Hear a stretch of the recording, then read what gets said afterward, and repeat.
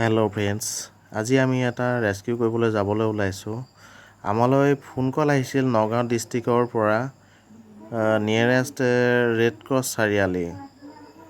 আহকচোন আজি আমি যাওঁ তালৈকে, যাইকৈ তাত দেখা পাওঁ কি হয়, কি বা তাত আছে। আহক আমি সকলোৱে একেলগে দেখা কৰোঁগৈ। আমি এতিয়া আৰু এটা ৰেস্কিউ কলত আহিছোঁ। এই কলটো আহিছে আপোনাৰ নগাঁও ৰেড ক্ৰছ চাৰিআলিৰ পৰা।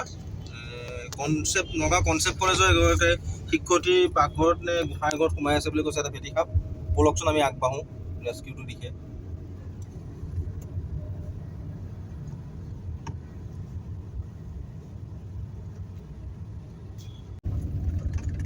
ভিডিঅ'টো বনাই আকৌ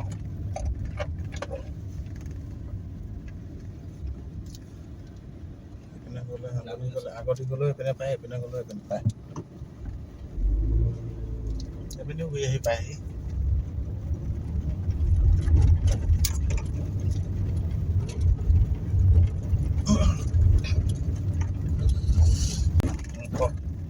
এতিয়া আমি আমাৰ গন্তব্যস্থানত উপস্থিত হৈছোঁহি। হয়তো এইটো ভেটি সাপ বুলি কৈছে। ব'লকচোন আমি চাই লওঁ কি সাপ হয়। ক'ত আছিলে সাপটো বোলে? গোঁসাই ঘৰত আছে বুলি কৈছে। গোঁসাই ঘৰত আছে। Your destination is on the left.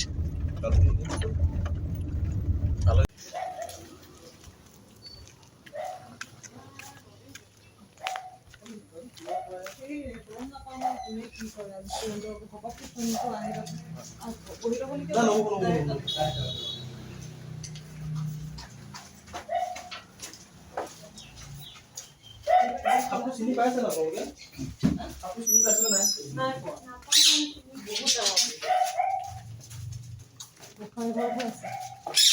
এইখন খিৰিকীটি খুলি পেলাই যদি দেখে প্ৰথমতে চাই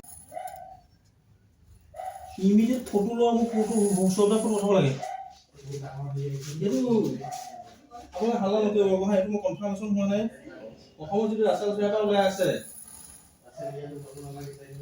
ফটো দিছে।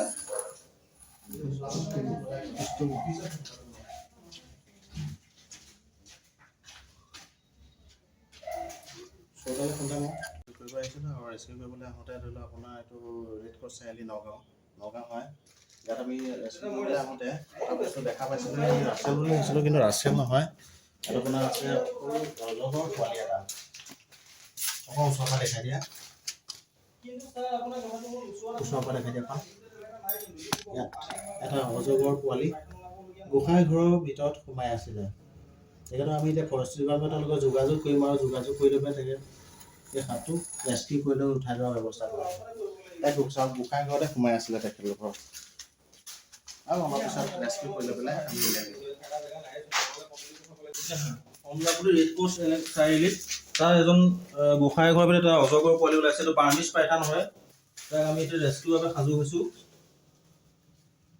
নগাঁও টাউনৰ ভিতৰত প্ৰথম এইবাৰ ফাৰ্ষ্ট পোৱা গৈছে বাৰ্মিজ পাইথান।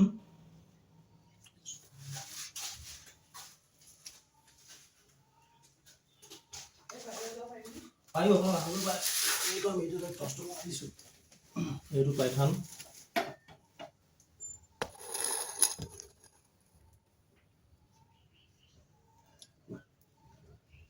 তুমি এতিয়া ৰেস্কিউৰ বাবে সাজু কৰোঁ।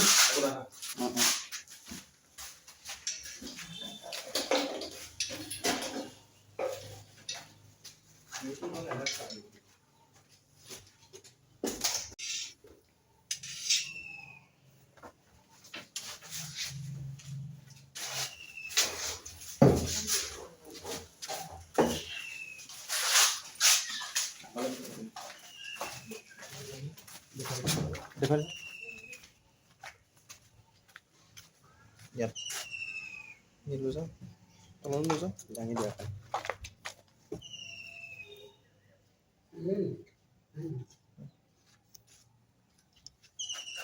বাৰ্মিজ